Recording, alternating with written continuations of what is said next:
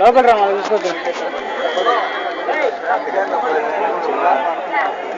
పెద్దలైన అనుకున్నా చిన్నగానే జనాలు ఇబ్బంది పడుతుంటే దేవుని చూడడానికి టికెట్ వచ్చినప్పుడు అన్ని ఇక్కడికి వచ్చి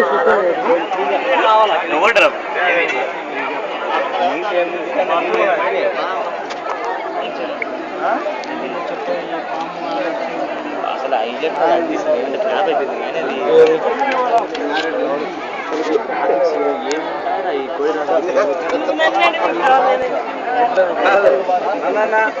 అది మీ పీజీని పట్టుకోవాల్సింది సార్.